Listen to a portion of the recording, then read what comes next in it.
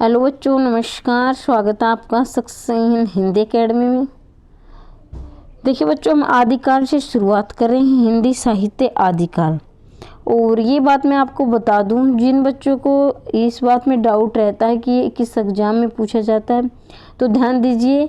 आदिकाल जो भी हिंदी साहित्य से टीचर बनना चाहता है, यानी टीजीटी हो, पीजीटी हो या फिर नेट हो, हरियाणा स्क्रीनिंग टीजीटी पीजीटी, यानी किसी भी रीट यानी किसी भी एग्जाम में अगर हिंदी पूछी जाती है तो सभी के लिए वीडियो महत्वपूर्ण रहने वाली है। तो हिंदी साहित्य पढ़ने वाले बच्चे इसको चैनल को सब्सक्राइब कर दें, वीडियो को लाइक करें और अपने वीडियो को शेयर करें। तो देखिए, मैं एमसीक्यू क्वेश्चन जो प्रीवियस हुए हैं उनसे मॉडल टेस्ट पेपर करवा रही हूँ। इससे भी मैंने केवीएस और बहुत सारी वीडियो एनसीईआरटी जो पढ़ना चाहते हैं, जैसे हरियाणा टीजीटी पीजीटी स्क्रीनिंग, जिन बच्चों का टेस्ट आ रहा है अभी स्क्रीनिंग का, तो उसमें भी एनसीईआरटी पूछी जाएगी, व्याकरण भी पूछी जाएगी, साहित्य भी पूछा जाएगा। तो वो बच्चे केवीएस अगर एनसीईआरटी का जिन्होंने एग्ज़ाम दिया है, जो एनसीईआरटी पूछी गई है, तो देखिए एनसीईआरटी हरियाणा में भी आएगी, तो आप एनसीईआरटी की वो वीडियो भी जाकर देख सकते हैं। ठीक है, तो चलिए अब शुरुआत करते हैं। देखिए, हिंदी साहित्य की आदिकाल गाथा को सूत्रबद्ध रूप से स्पष्ट करने का सर्वप्रथम प्रयास किसने किया?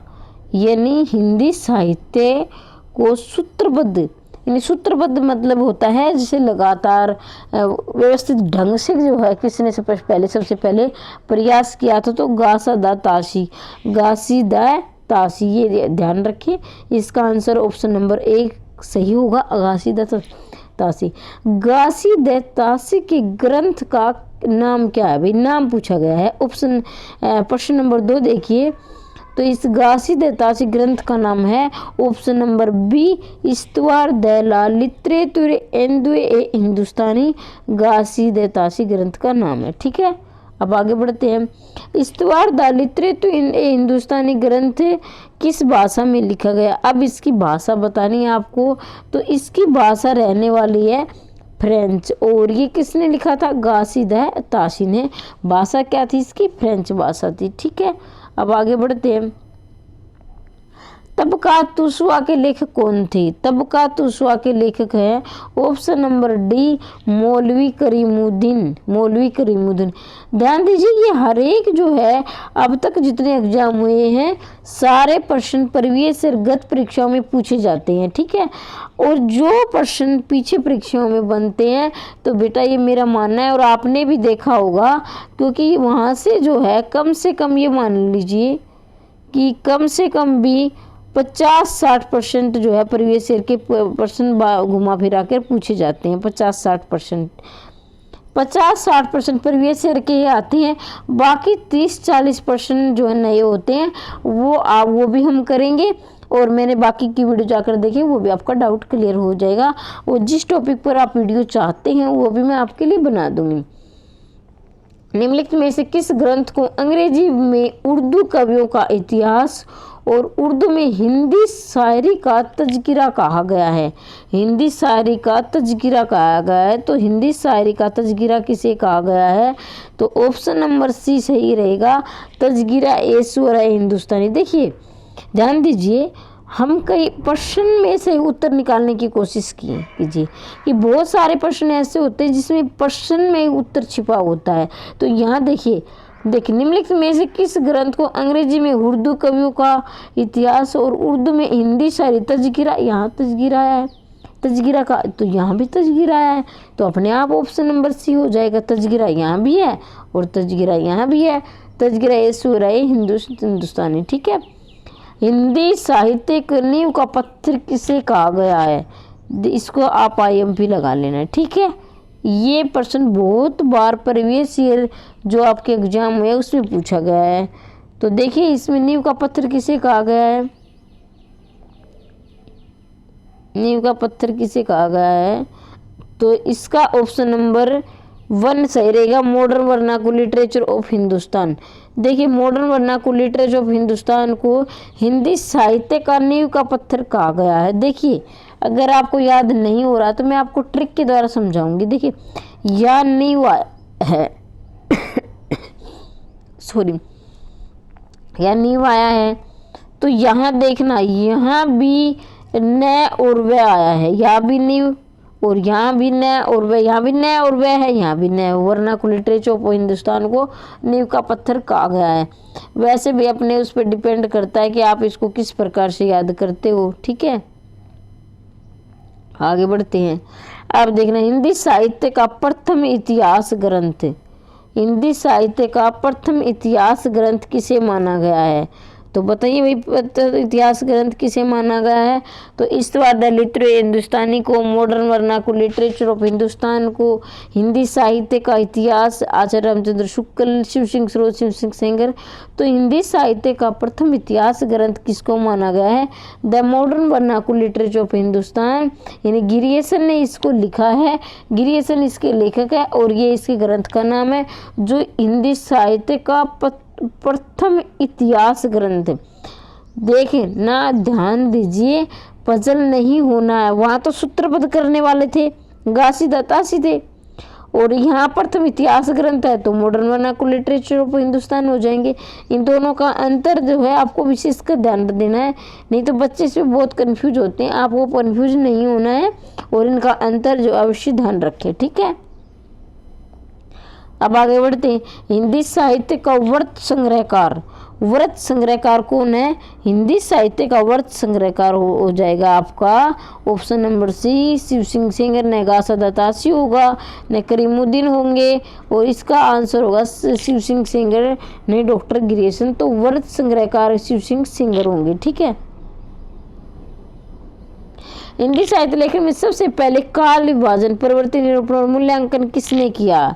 देखिए ध्यान दीजिए। अब देखिए, उन्होंने तो सूत्रबद्ध किया था, किसने? गासा दत्तासी ने। लेकिन यहाँ पूछा गया आपसे हिंदी साहित्य लेखन पहले काल विभाजन, यानी नहीं, उन्होंने तो क्या किया था? गासा दत्तासी ने तो वर्णों के आधार पर किया था। जैसे फॉर एग्जाम्पल देखिए, आगे आएगा तो मैं बताऊंगी आपको, पहले ये समझिए। पहले काल विभाजन, प्रवृत्ति निरूपण और मूल्यांकन किसने किया? डॉक्टर गिरियसन ने। यानी कालों के आधार पर, जैसे नहीं होता काल के आधार पर, आज जैसे आदिकाल, भक्ति काल, रिक्ति काल, ऐसे काल जो बांटे थे कालों, फिर उनकी प्रवृत्ति निरूपण मतलब उसकी उस टाइम, और फिर उनका मूल्यांकन।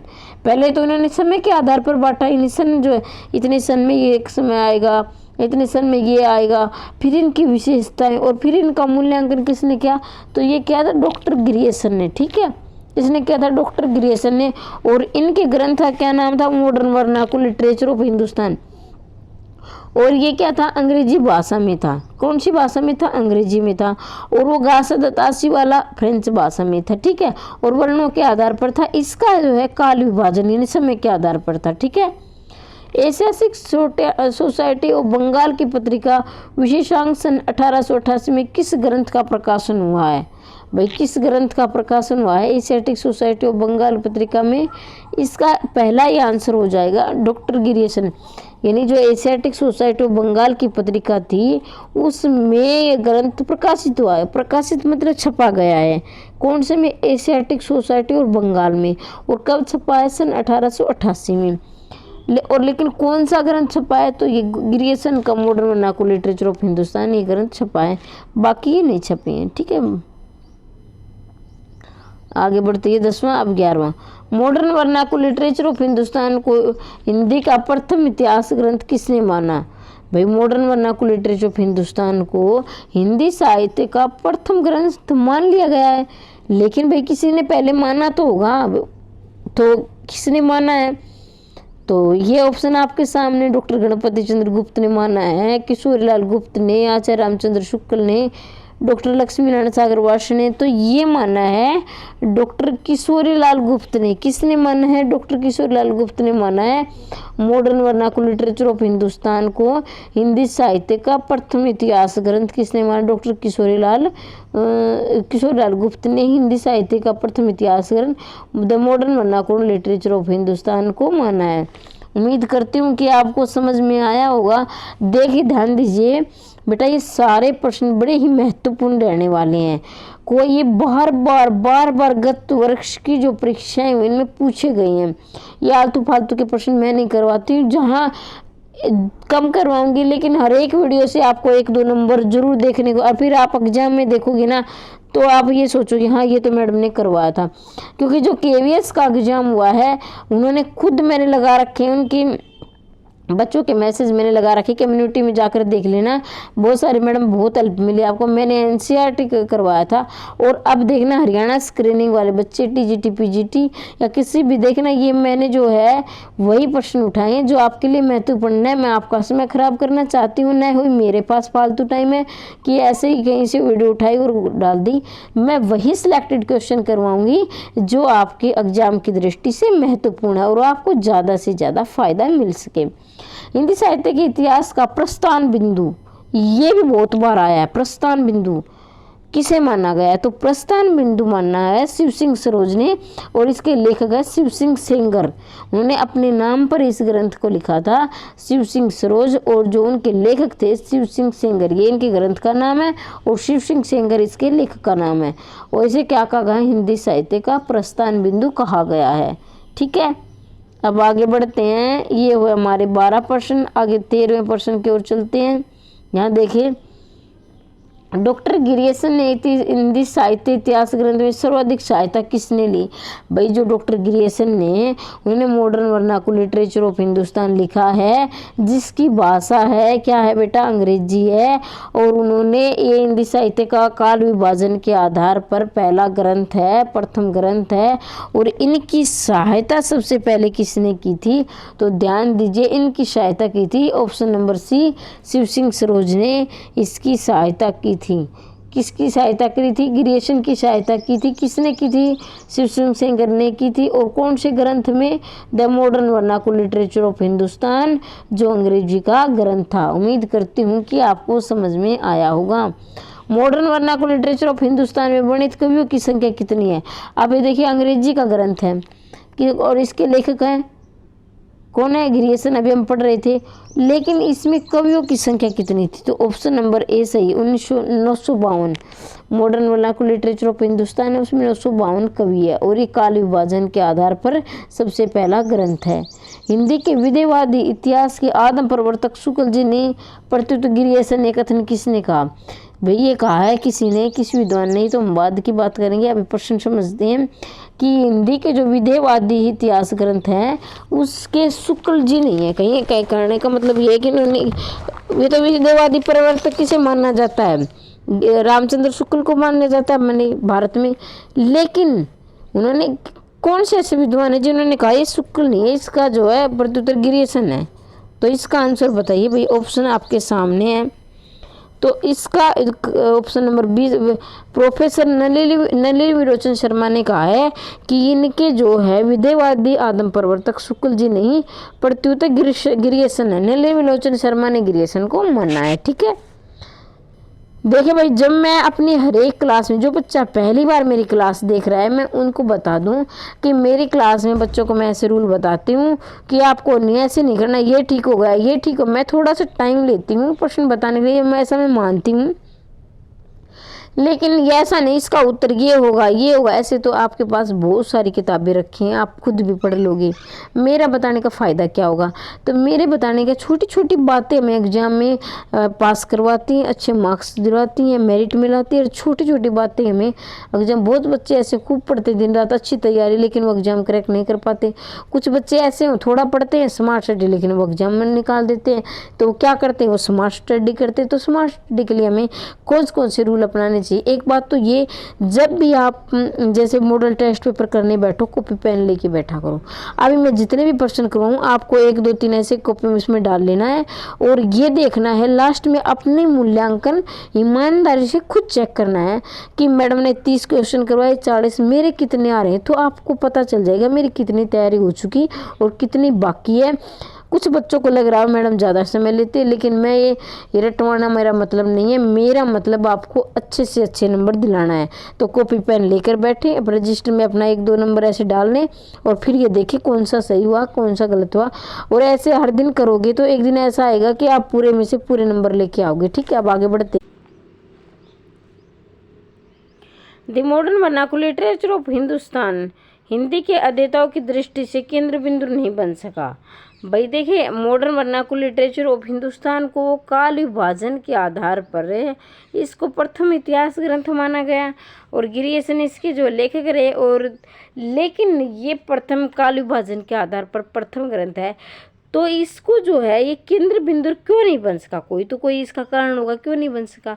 तो ये ऑप्शन है, ऑप्शन नंबर 4 सही होगा कि ये अंग्रेजी भाषा में लिखा गया था। अब देखना, लिख तो हम रहे क्या है, हिंदी साहित्य का इतिहास, हिंदी साहित्य का इतिहास ग्रंथ लिख रहे हैं, लेकिन लिख रहे कौन सी भाषा में? अंग्रेजी में। भी उस समय, आज भी है ना, आज भी, वो तो बहुत पहले 1888 का टाइम है, आज भी जो है हमारे सबको अंग्रेजी नहीं आती है। सब भैया आती भी है तो इतनी अच्छी नहीं आती है कि सब हिंदी साहित्य को अंग्रेजी भी साहित्य पढ़ना सब पसंद नहीं करते हैं। जो हमारे भारत में जो बोलचाल की जो भाषा है, सब हिंदी से ही ज़्यादातर, सब तो नहीं, ज़्यादातर जो है हिंदी साहित्य हिंदी में पढ़ना पसंद करते हैं। कहानी नाटक कुछ भी हो, हिंदी में जो किताबें पढ़ना पसंद करते हैं। बहुत कम ऐसे हैं जो अंग्रेजी में, तो उस ज़माने में तो बहुत हमारे देश की जो अंग्रेजी और भी ख़राब थी, तो इसलिए ये है जो केंद्र बिंदु नहीं बन सका। गणेश बंदर में कौन सा सम्मिलित नहीं? देखिए भाई ध्यान दीजिए, गणेश श्याम सुखदेव। अगर आप इसको तो 3 बार पढ़ोगे, गणेश श्याम सुखदेव, गणेश श्याम सुखदेव, ठीक है, तो ऐसे पढ़ोगे तो कृष्ण बिहारी इसके नहीं होंगे, ऑप्शन नंबर डी से बाहर हो जाएगा। बाकी ये तीनों भाई थे, गणेश भी, श्याम भी, सुखदेव भी, ठीक है।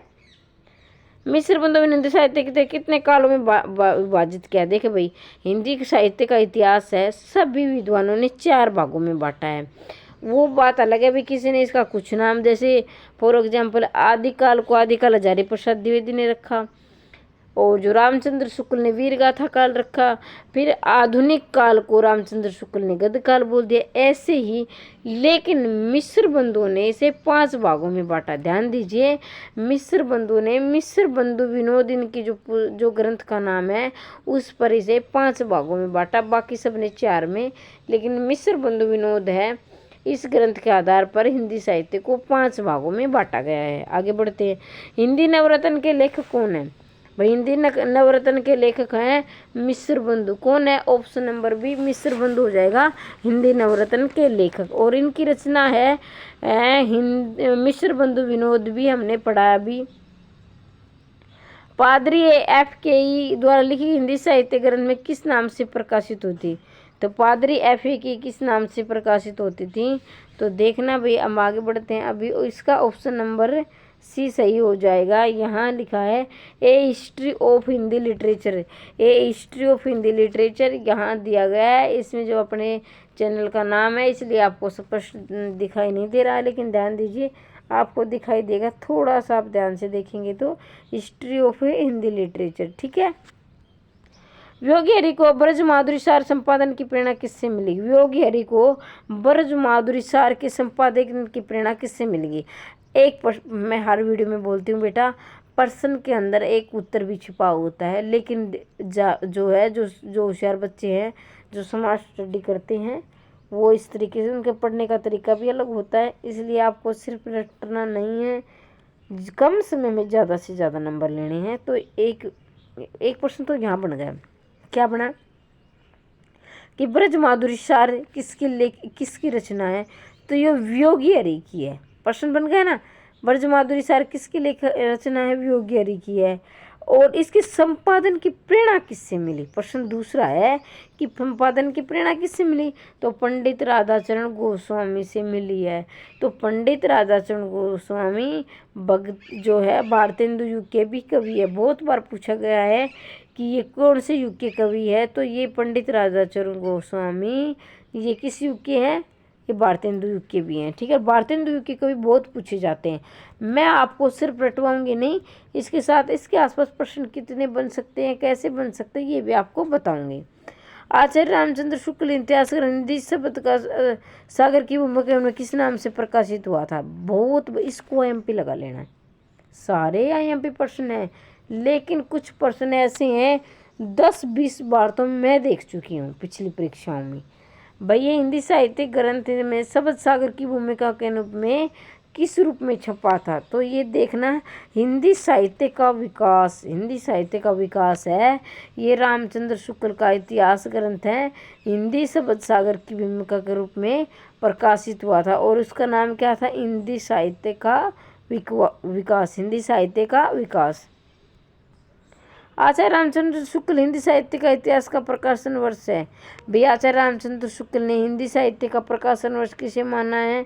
तो उन्होंने ऑप्शन नंबर डी 1929 ईस्वी, 1929 ईस्वी। आगे बढ़ते हैं। हिंदी साहित्य का सर्वाधिक व्यवस्थित और लोकप्रिय इतिहास ग्रंथ कौन सा है? हिंदी साहित्य का सर्वाधिक व्यवस्थित और लोकप्रिय इतिहास ग्रंथ कौन सा है? हिंदी साहित्य का आलोचनात्मक में इतिहास रामकर वर्मा। ये भी याद देखिए, व्यवस्थित है और सर्वाधिक लोकप्रिय है। और फिर जो इसके उत्तर, ये सारे आपको याद करने हैं। देखिए, एक एक प्रश्न के साथ साथ बेटा 3-4 प्रश्न याद करना सीखो, तभी आपको वैकेंसी काफ़ी सीमित मात्रा में है, इसलिए आपका एग्जाम तभी क्रैक होगा, तब औरों से आपको हटकर पढ़ना होगा। ठीक है, तो ऑप्शन नंबर बी सही रहेगा इसका, ऑप्शन नंबर बी सही रहेगा। कैसे आएगा ये भी डिस्कस कर लेते हैं। सर्वाधिक व्यवस्थित और लोकप्रिय इतिहास ग्रंथ है।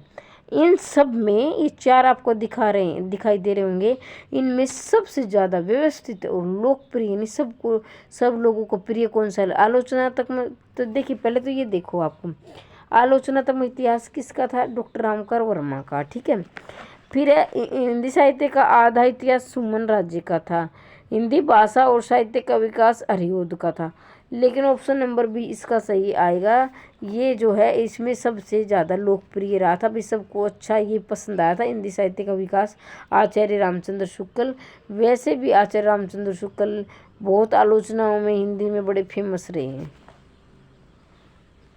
हिंदी साहित्य इतिहास ग्रंथ में आचार्य रामचंद्र शुक्ल का प्रथम इतिहास ग्रंथ क्रांतिकारी क्रम था। माफ़ कीजिए भाई, हिंदी साहित्य इतिहास लेख में रामचंद्र का प्रथम इतिहास का जो क्रांतिकारी कदम था वो कौन सा था? इन चारों में से एक क्रांतिकारी कदम आपको ढूंढना है, तो ढूंढिए। अब जो अब अपभ्रंश साहित्य को हिंदी साहित्य से अलग मानकर उसे पूरी पीठिका के रूप में प्रस्तुत करना। भाई ऐसा मानते हैं आप? मैं तो इसको नहीं मानती हूँ, ऐसा नहीं है। एक मिनट। हिंदी इतिहास लेख में आचार्य का प्रथम क्रांतिकारी कदम, यही इसका उत्तर होगा बेटा, माफ करना, यही इसका उत्तर होगा कि हिंदी साहित्य लेख में आचार्य रामचंद्र का प्रथम क्रांतिकारी कदम, यानी ऐसा कदम जो और उससे हटकर हो। ठीक है, देखना है, अपभ्रंश साहित्य को हिंदी साहित्य से अलग मानकर उसे पूर्व पीठिका के रूप में प्रस्तुत करना है। अब इसका मतलब समझे, जो अपभ्रंश का साहित्य है, ठीक है, उसको हिंदी के साहित्य से अलग मानकर पूर्व पीठिका मतलब होते ही प्रस्तावना के रूप में प्रस्तुत किया था अपभ्रंश साहित्य को। ठीक है, तो ये इसका आंसर होगा। आदिकाल को वीरगाथा काल में कोई क्रांतिकारी नहीं है भाई, ग्रंथों की प्रसिद्धि का महत्व ये भी नहीं है। ऑप्शन नंबर ए सही होगा इसका। ठीक है, आचार्य रामचंद्र शुक्ल किसकी रचनाएं साहित्यिक कोटि की नहीं है? भैया आचार्य रामचंद्र शुक्ल के अनुसार किसकी रचनाएं साहित्यिक कोटि की नहीं है? उन्होंने भटकेदार नरपतिनालय की रचनाएं, सिद्ध और योगी की रचनाएं, जगनिक और चंद्र बदाई की रचनाएं, विद्यापति और खुसरो की, उन्होंने सिद्ध और योगी की रचनाएं। देखिए ध्यान दीजिए कि अब मैं आपको एक कहानी बताती हूँ। कहानी क्या है, थोड़ा सा इसको घुमा फिरा के बताती हूँ। जो आचार्य रामचंद्र शुक्ल ने इन सिद्ध और योगी की रचनाओं को जो ये बोल रहे थे कि ये तो ऐसे ही, मतलब हमारे यहाँ साधु संत नहीं है भाई, अपना गाना सा भजन सा गाते हुए घूमते फिरते चलते रहते हैं ना। तो इसी तरह रामचंद्र शुक्ल ने बोला था भी ये सिद्ध योगी भी ऐसे घूमते रहते थे, अपना मांग कर खाते थे और ऐसे ही गाते रहते थे, घूमते रहते थे।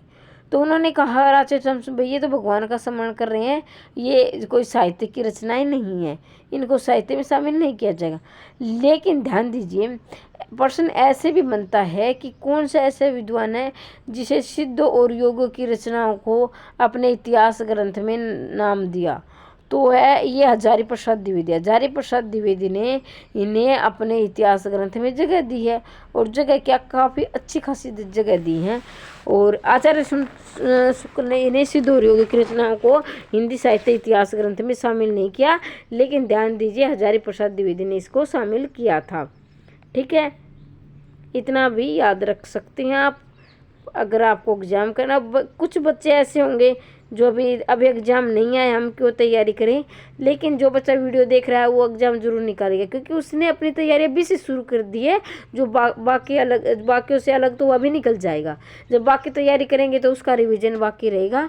तो इसलिए सब नहीं पढ़ रहे, किसी को नहीं देखना है। अगर आपको फर्स्ट आना है या एग्जाम में अच्छे नंबर लाने हैं, आपको नौकरी लेनी है, तो जो मैं क्या किसी की भी जो भी आपको समझ में आती है डेली पढ़ो, और एक मार्गदर्शन के रूप में एक टीचर को पकड़ लो, किसी को भी, उसी की यूट्यूब के चैनल सब्सक्राइब कर लेना। मेरी पसंद आए तो मेरी वीडियो भी आप ज़रूर देखें, लाइक करें, कमेंट करें वीडियो कैसी लगी, और किस टॉपिक पर आप वीडियो चाहते हैं वो भी बना दूँगी।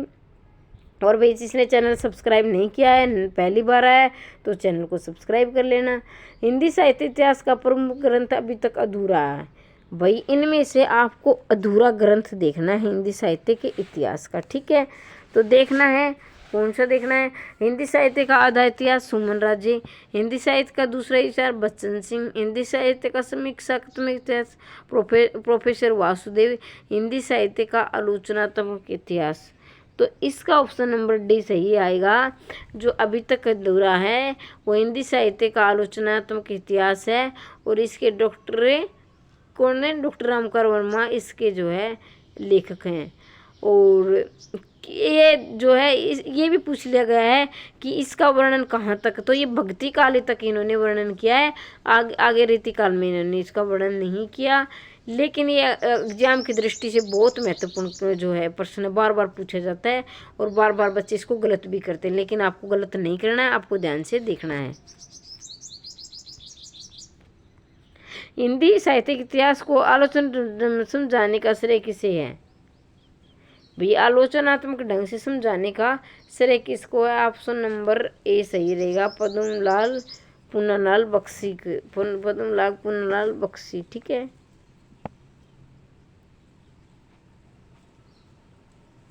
हिंदी साहित्य इतिहास को समझाने का श्रेय किसे है? तो इसका ऑप्शन नंबर ए है, पद्मलाल पूनालाल बख्शी को आलोचना ढंग से समझाने का श्रेय है। आगे बढ़ते, हिंदी साहित्य इतिहास की रूपरेखा युक्त हिंदी के मुसलमान कवि नामक पुस्तक के लेखक। भाई हिंदी साहित्य इतिहास की रूपरेखा हिंदी के मुसलमान कवि, ये जो पुस्तक का नाम है हिंदी के मुसलमान कवि, जो इसकी पुस्तक के जो है लेखक कौन से हैं? तो डॉक्टर गंगा प्रसाद सिंह। देख रहे हैं, ध्यान दीजिए, आपको कंफ्यूज में नहीं जाना है। कहीं आप सोचो भाई ये गंगा प्रसाद तो हमारे हिंदू का नाम होगा, ये कहाँ हिंदी के मुसलमान कवि लिख रहे हैं? लेकिन भाई हकीकत यही है, ये डॉक्टर गंगा प्रसाद विमल ने जो है लिखी है ये पुस्तक, ठीक है। और कौन सी पुस्तक लिखी? हिंदी के मुसलमान कवि। कौन सी लिखी है? हिंदी के मुसलमान कवि। और किसने लिखी है? गंगा प्रसाद सिंह ने। और ये क्या है कि हिंदी जो मतलब हमारे हिंदू धर्म में है, गंगा प्रसाद सिंह का नाम रखते हैं, मुसलमान तो इसका नाम रखते नहीं है ऐसे गंगा। किसी साहित्य इतिहास ग्रंथ को आधुनिक साहित्य संपत्ति का बीज कहा गया है? भाई कौन सा ऐसा है जो आधुनिक साहित्य संपत्ति का बीज माना गया है? तो इसे माना गया है option number D. Option number D है, उसे माना गया है हिंदी साहित्य पुस्तक माता प्रसाद गुप्त। हिंदी साहित्य पुस्तक माता प्रसाद गुप्त, और ऑप्शन नंबर डी इसका सही आंसर हो जाएगा। निम्नलिखित में किसने अपने इतिहास ग्रंथ में साहित्य के इतिहास विकास के साथ संवेदना के विकास को रेखांकित किया है? भाई संवेदना के विकास को रेखांकित किसने किया है? डॉक्टर रामस्वरूप चतुर्वेदी। कौन से? डॉक्टर रामस्वरूप चतुर्वेदी।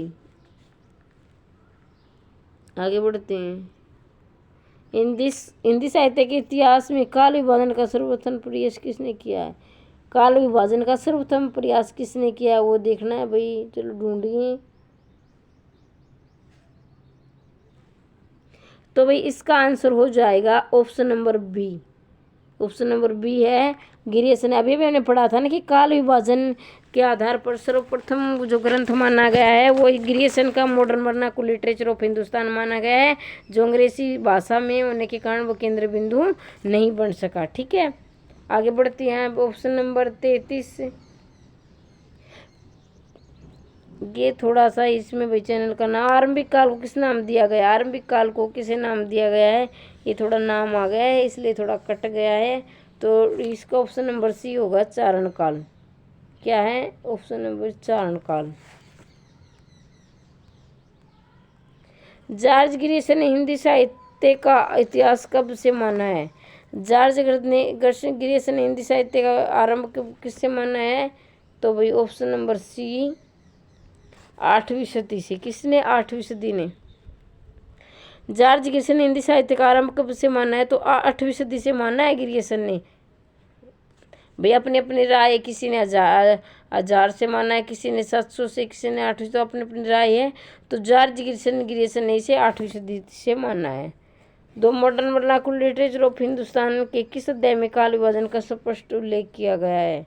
भाई काल विभाजन का स्पष्ट उल्लेख किसे कहा गया है?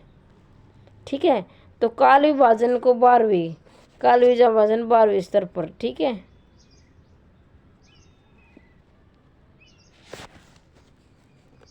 आगे बढ़ते हैं। अभी हिंदी साहित्य के आदिकाल को आरंभिक काल किसने नाम दिया? हिंदी साहित्य का आरंभिक काल को मिश्र बंधु। देखिए भाई, एक होता है आरंभिक काल, आरंभिक काल नाम किसने दिया? मिश्र बंधु ने दिया है। और एक होता है प्रारंभिक काल, तो प्रारंभिक काल किसने बोला है? गणपति चंद्रगुप्त ने। किसने बोला है? गणपति चंद्र। और आरंभिक काल मिश्र बंधु आएगा। अगर आपसे प्रारंभिक पूछ लिया जाए तो प्रारंभिक गणपति चंद्रगुप्त है। दोनों का डिफरेंस याद रखें आप। मिश्र बंधु द्वारा के काल विभाजन के अंदर अज्ञात काल किसका उल्लेख है? अज्ञात काल पर किसका उल्लेख है? तो अज्ञात काल ऑप्शन नंबर ए सही हो जाएगा। अज्ञात काल जो चंद्रपुर हिंदी का विवरण है, चंद्रपुर हिंदी का विवरण है। ठीक है, आगे बढ़ते हैं। हिंदी साहित्य ग्रंथ में काल विभाजन की कितनी पद्धतियां हैं? देखना, अभी ध्यान दीजिए बेटा। अभी हमने क्या कहा था? मिश्र बंधु विनोद को कितने भागों में? तो 5 भाग थे। मिश्र बंधुओं ने जो है उनकी पुस्तक मिश्र बंधु विनोद में काल को 5 भागों में बांटा है। लेकिन सर्वमान्य रूप से जो आएगा तो 4 आएगा। मिश्र बंधु विनोद जो ग्रंथ लिखा मिश्र बंधुओं ने, उन्होंने जो है जो काल के आधार पर कितने भागों में बांटा है? 5 आधारों पर बांटा है। लेकिन सर्वमान्य रूप से क्या कितने कालों में? 5 कालों में। और वैसे पंकज जी ने उसे 5 भागों में बांटा है। ठीक है, तो उम्मीद करती हूँ आपको ये अंतर समझ में आया होगा। FEKE history of Hindi literature Hindi साहित्य कितने कालों में विभाजन किया है? फिर वही प्रश्न आ गया, तो कितने कालों में विभाजन किया है? ऑप्शन नंबर 4 भागों में। ठीक है, कितने भागों में? 4 भागों में। निम्नलिखित में किसने हिंदी की शेष अवस्था के वर्तों का वर्णन करने के उपरांत काल विभाजन का आधार हिंदी साहित्य उठने वाले महत्वपूर्ण आंदोलन की बनाया? निम्नलिखित में किसने शेष अवस्था के वर्तों का वर्णन करने के उपरांत काल विभाजन का आधार हिंदी साहित्य में उठने वाले महत्वपूर्ण आंदोलनों को बनाया? भाई बताइए, इनका आंसर क्या होगा? तो ये है FEKE जो शेष अवस्था से लेकर और अब तक जो है इन्होंने जो वर्णन किया है। ठीक है, आगे बढ़ते हैं। देखिए भाई, आपको लग रहा होगा ना सारे ही प्रश्न बड़े ही महत्वपूर्ण है, इसलिए आप किसी भी प्रश्न को छोड़